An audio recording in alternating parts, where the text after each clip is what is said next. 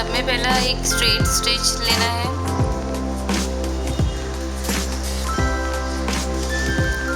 फिर से chain stitch के लिए थोड़े से डिस्टेंस पे लाइन पे निकालना है इस तरह से, और फिर इसमें से जाकर चेन स्टिच को कंप्लीट करना है इस तरह से। ये फर्स्ट चेन स्टिच कंप्लीट हो गई है ऐसा। फिर नेक्स्ट हमें थोड़े से डिस्टेंस पे निकालना है लाइन में इस तरह से। फिर से हमें इसके अंदर जो फर्स्ट स्ट्रेट स्टिच था हमारा रनिंग स्टिच, उसमें से फिर से जाना है, और ये सेकेंड चेन स्टिच को इस तरह से कंप्लीट करना है। फिर थोड़े से डिस्टेंस में निकालना है हमें।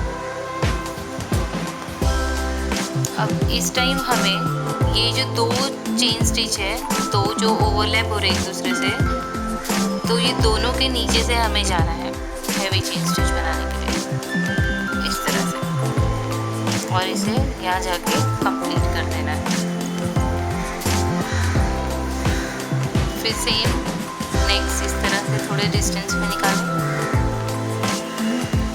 फिर से हमें देखना है कि ये फर्स्ट दो थी, ये सेकंड पेयर है, तो इन दोनों के बीच में से, इसके नीचे से हमें जाना है दो के, और ये चेन को कंप्लीट करना है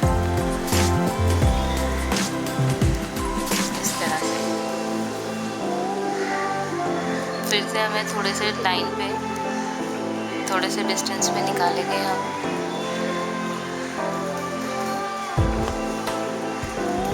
और ये जो दो है, दो चेन स्टिच है, उसके नीचे से जाना है दो जो पैर है ऐसे, और फिर इसको कंप्लीट करना है। इसी तरह से हमें हैवी चेन स्टिच बनाते जाना है। सेम स्टेप लाइन पे एकदम हमें निकालना है इस तरह से, और फिर ये दोनों के नीचे से दो इस तरह से जाना है, और ये कंप्लीट हो। तो इस तरह से अब हैवी चेन स्टिच बनाते जाएं।